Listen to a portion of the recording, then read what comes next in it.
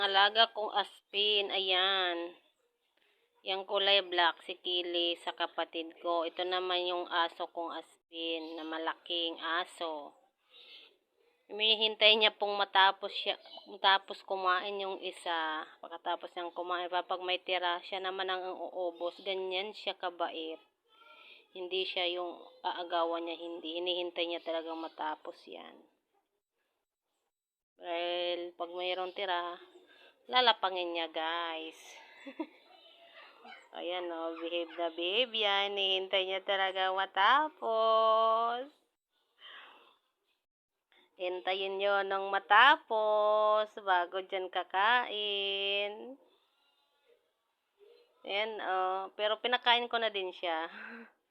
Ugali niya lang kasi na kapag may mga tira, siyang kakain.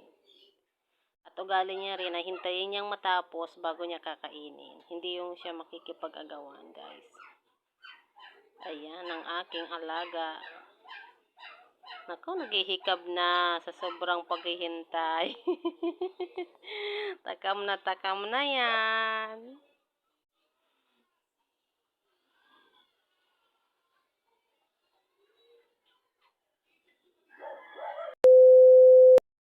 Kili, kinain niya na yung tira ni Kili.